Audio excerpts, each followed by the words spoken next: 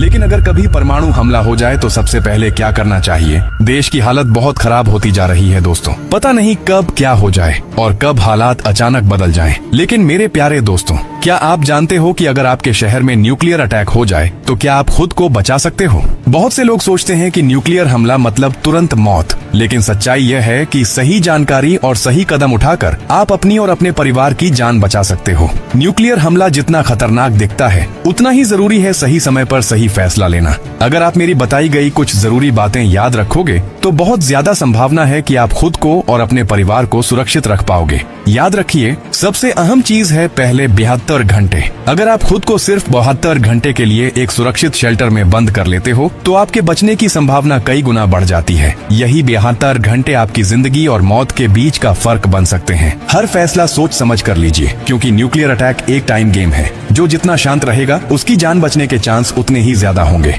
और याद रखिए, ये जानकारी सिर्फ आपके लिए नहीं बल्कि आपके परिवार, दोस्तों, पड़ोसियों और पूरे समाज के लिए है। क्या आप अकेले सुरक्षित रहना चाहते हैं? नहीं ना? तो इस जानकारी को हर उस इंसान तक पहुंचाइए जिसकी जिंदगी की आपको परवाह है। हो सकता है आपकी एक शेयर से किसी माँ का बच्चा जिंदा रह जाए, किसी पिता की आखिरी उम्मीद बच जाए, किसी बहन का भाई लौट कर घर आ जाए। और यही तो असली इंसानियत है। एक सुबह जब आप नींद से जागें, आसमान पर एक तेज सफेद रोशनी फट जाए और धरती कुछ सेकंड के लिए कंपा उठे। यह कोई सपना नहीं होगा, ये होगा परमाणु हमला। और अगर ऐसा कभी हुआ तो उस दिन ना मोबाइल काम करेगा, ना इंटरनेट और ना ही सरकारी घोषणा आएगी। उस दिन सिर्फ आपकी समझदारी और तात्कालिक फैसले ही जिंदा रखेंगे। सबसे पहला काम, अगर आप दिल्ली, मुंबई, हैदराबाद, चेन्नई या किसी अन्य बड़े और व्यस्त महानगर में रहते हैं तो एक पल भी इंतजार मत करना। ये शहर दुश्मन की पहली पसंद होते हैं, क्योंकि इनकी जनसंख्या घनत्व और राजनीतिक मिलिट्री महत्व उन्हें निशाना बनाते हैं। यदि आपके पास मौका हो तो बिना पीछे देखे किसी ग्रामीण इलाके, किसी दूर के कस्बे या भरोसेमंद रिश्तेदार के गांव की ओर निकल जाइए। जितना दूर उतना बेहतर। दूसरा,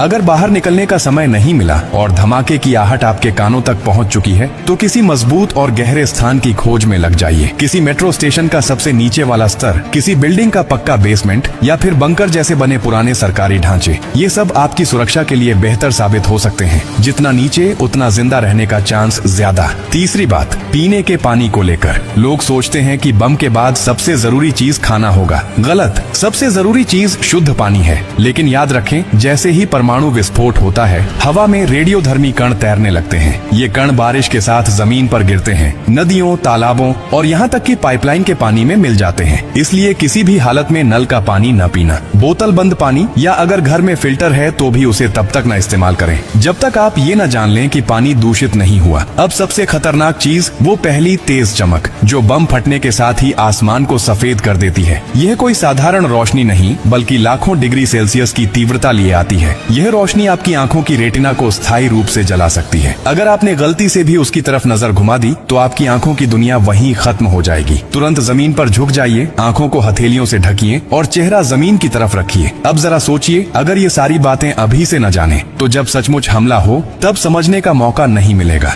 स्कूलों में इसकी ट्रेनिंग नहीं दी जाती, घरों में इस पर चर्चा नहीं होती और सरकारें तब तक बोलती नहीं जब तक बहुत देर न हो जाए। इसलिए अब आपको खुद अपने लिए, अपने परिवार के लिए, अपने बच्चों के लिए एक चेतावनी बनना होगा। जानकारी इकट्ठा कीजिए, घर में एक छोटा सा इमरजेंसी किट बनाइए जिसमें मास्क, पानी की बोतलें, कुछ dry fruits, torch, power bank और मेडिकल सप्लाई हो। साथ ही रेडियो रखना न भूलें, क्योंकि हमले के बाद एकमात्र तरीका यही बचेगा जिससे सरकार आप तक संदेश पहुंचा सके। परमाणु हमला कोई साइंस फिक्शन नहीं है, ये दुनिया ने पहले भी झेला है। हिरोशिमा, नागासाकी की तस्वीरें आज भी इंटरनेट पर सर्च कर सकते हैं, लेकिन उस वक्त सोशल मीडिया नहीं था, न कैमरे थे जो हर दर्द को दर्ज कर सके। अगर अब ऐसा हुआ तो यह पीढ़ियों तक असर डालेगा। आपकी हड्डियों में रेडिएशन बस जाएगा, बच्चों का भविष्य अपंग हो जाएगा और आपकी जिंदगी, जैसा आपने कभी सोचा भी नहीं, राख में तब्दील हो जाएगी। तो अगली बार जब आप कोई सफेद रोशनी देखें जो आपको अपनी ओर खींचे, याद रखिए वह सूरज नहीं, वह मौत हो सकती है। जब आप जिंदगी बांट रहे हैं तो एक वादा भी कीजिए। डॉक्टर कार्डियो की हर पोस्ट से कुछ सीखेंगे और दूसरों को भी सिखाएंगे, क्योंकि हमारा मकसद सिर्फ कंटेंट नहीं, आपकी सुरक्षा है, आपकी जिंदगी है। तो इस जानकारी को हर उस इंसान तक पहुंचाइए जिसकी जिंदगी की आपको परवाह है। हो सकता है आपकी एक शेयर से किसी माँ का बच्चा जिंदा रह जाए, किसी पिता की आखिरी उम्मीद बच जाए। हेलो दोस्तों, आई होप आप सबको ये वीडियो पसंद आया होगा। आप सबको वीडियो पसंद आया हो तो वीडियो को लाइक कीजिए, चैनल को मेरे सब्सक्राइब कीजिए, वीडियो कमेंट कीजिए और वीडियो को आगे शेयर भी कीजिए। उम्मीद करता हूँ आपको वीडियो बहुत पसंद आया होगा। आगे भी मैं इसी तरह से कोई ना कोई वीडियो लाता रहूँगा आपके लिए। धन्यवाद।